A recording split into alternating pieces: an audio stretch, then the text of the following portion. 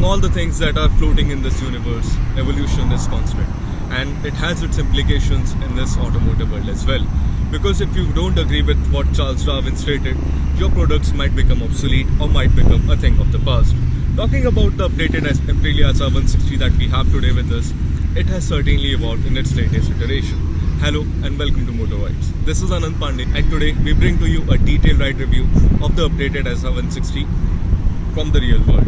Now before we tell you how it is to ride out on the streets, we would like to tell you all the updates and all the differences that it has over its previous model. The most crucial update that the SR 160 has received in its latest iteration is in its front fascia. Now it might have retained the overall silhouette of the previous SR 160. There are a number of changes which set it apart from the previous model. If you take a good look at the front apron, it is completely redesigned and it appears more modern and sharper than ever before. The updated front apron that you see here also houses a new LED headlamp cluster, which now gets LED headlamps and LED DRLs at both the ends. Now Aprilia claims that the whole bodywork that you see here is completely redesigned, and looking at all the graphics and newly formed lines, we can affirm the same. The handlebar cowl that you see here has also received some changes, and it now gets these air scoops like recesses. And another crucial visual bit that you find up front is this faux carbon fiber finished front fender, which lends it a really nice look, a nice sporty look. And it also sets it apart from the rest of the gearless scooters available in the Indian market. Now moving on to another crucial update that the updated SR 160 has received, we get to see a fully digital instrument cluster here. Now it might seem a familiar unit because we have already seen the same unit deployed on the SXR 160 as well, and the same unit has been carried over to the updated SR 160 as well. The fully digital instrument cluster that you see here shows a host of information, including a speedometer, a tachometer, a fuel gauge, a temperature gauge, and it also shows you the average fuel efficiency. It shows around 32 kilometers per liter here, and we also get to see a temperature gauge here. The instrument cluster also shows you average speed, top speed, fuel indicator, and a host of other stuff. You can switch to the mode of the instrument cluster by clicking on the button here. The max speed that the scooter has done so far is 99 kilometers an hour, that you can clearly see here. It also shows you the battery voltage.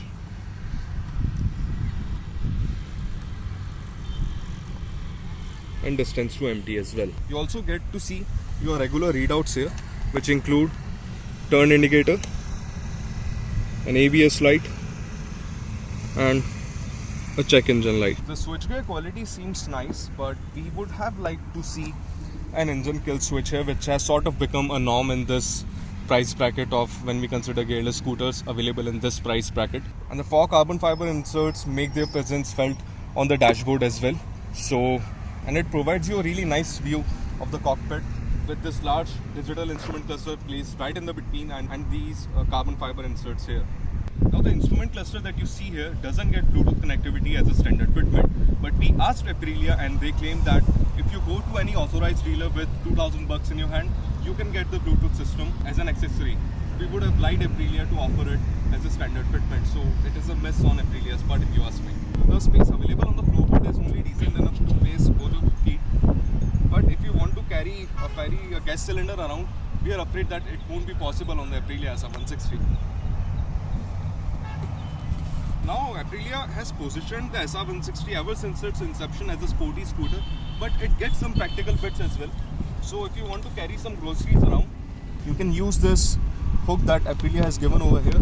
Aprilia has also updated the seating setup on the SR 160 as it now gets a split seat unit, but as you can see here, it isn't a true blue split seat setup that we see on some of the sports bikes out there, and it is still a single piece seat that is divided by a little contour here.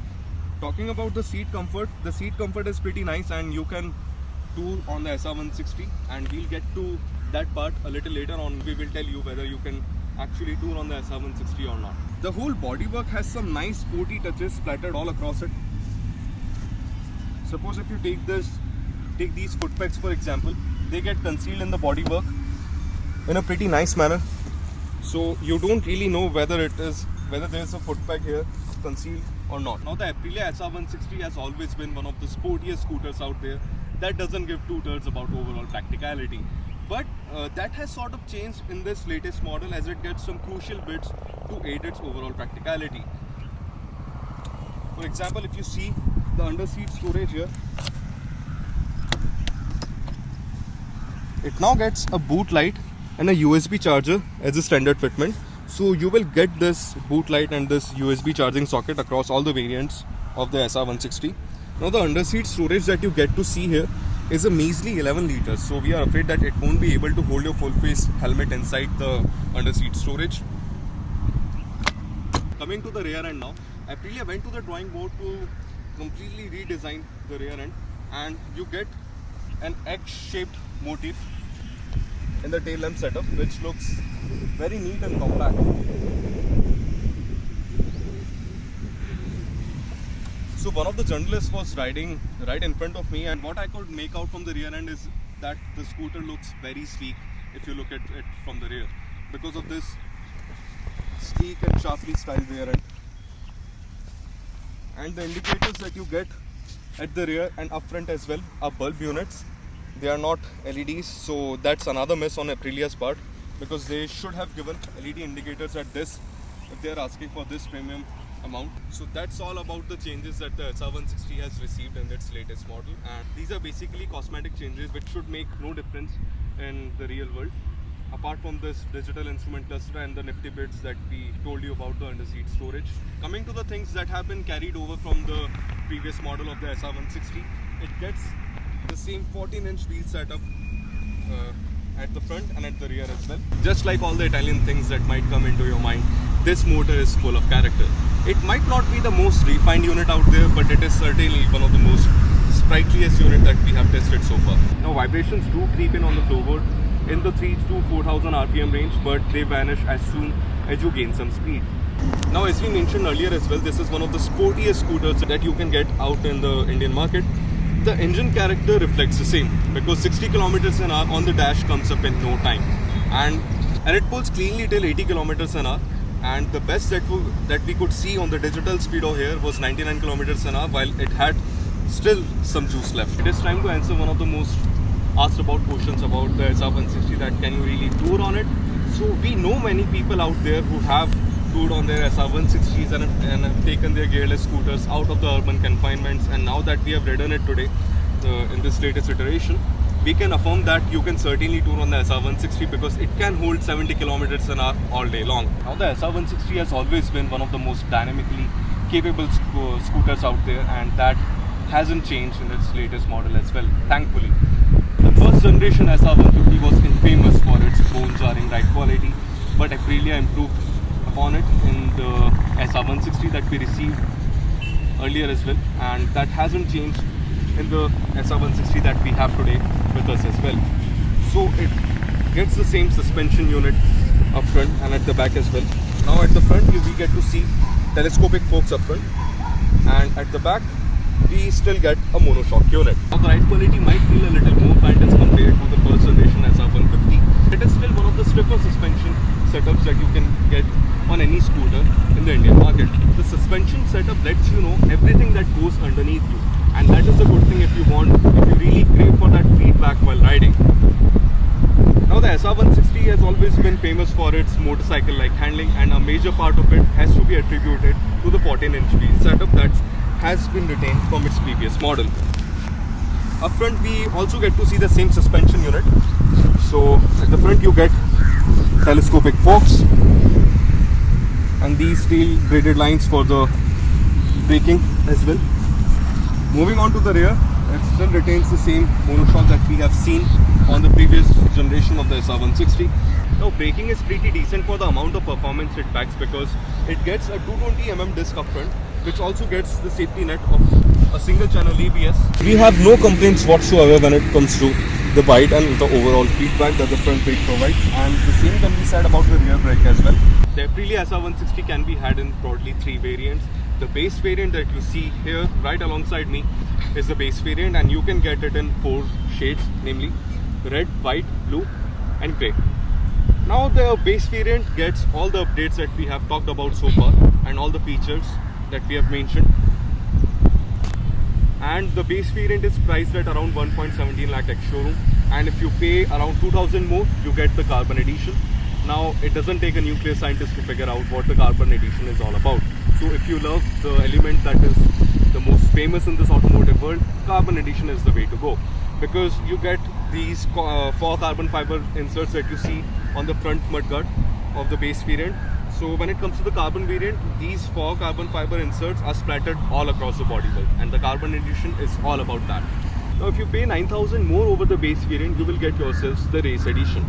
Now coming to the flagship variant in the SR160 range now, the race edition is priced at 1.26 lakh ex-showroom, and it gets quite some tasty bits over the base variant and over the carbon fiber edition as well. Now the complement and to reflect the race moniker, the Aprilia SR160's race edition comes in this spectacular looking livery, which is reminiscent of the Aprilia RSGP. Now those of you who aren't familiar with the Aprilia RSGP, it is a different animal altogether, and it is Aprilia's MotoGP Premier Class Superbike. And you get these RSGP graphics splattered all across its bodywork, as you can see here, and a Be a Racer branding here as well, that is Aprilia's tagline. And apart from this RSGP inspired graphics, we also get to see a pair of knuckle guards, and the alloy wheels at both the ends are painted in this bright red shade, which also lended a sporty appeal. When Aprilia first launched the SR160's race edition in its previous model, Aprilia specifically mentioned that they have made some changes in the CVT to make it livelier as compared to the base variants. And when we asked Aprilia about the same changes, that whether they have been implemented in this model as well, so they confirmed us that the same revisions have been made to the CVT transmission.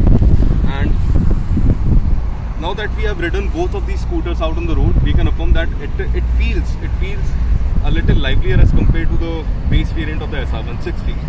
So for 9,000 bucks that you pay more for the race edition, you get these knuckle guards, these RSGP inspired graphics, and the bright red colored alloys, and you also get red inserts on the seat as well.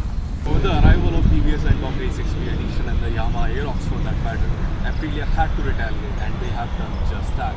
The facelifted SR160 builds upon the foundations laid by its previous generation, and it has gotten sharper, more stylish, and it comes loaded with more features than before. So the Ntorq Race XP edition comes with more features like voice assist and brake modes at a cheaper price tag, but that is a bit less powerful as compared to the SR160. On the other hand, the Yamaha Aerox, that is a bit costlier than the SR160, but the Aerox is the most powerful scooter that you can get in the Indian market, and it also comes with more features. So the Aprilia SR160 slots itself right in the middle. So if you are on the lookout of a sporty scooter out there, you should take a good look at it. This is Anand Pandey signing off from Motoroids, and if you like this review, do share it with your friends and let us know that if you had around 1.0 or 1.2 lakh rupees, which edition of the SR160 will you get? The base variant, the carbon edition, or the race edition that we have covered already? Drop your views in the comment section below.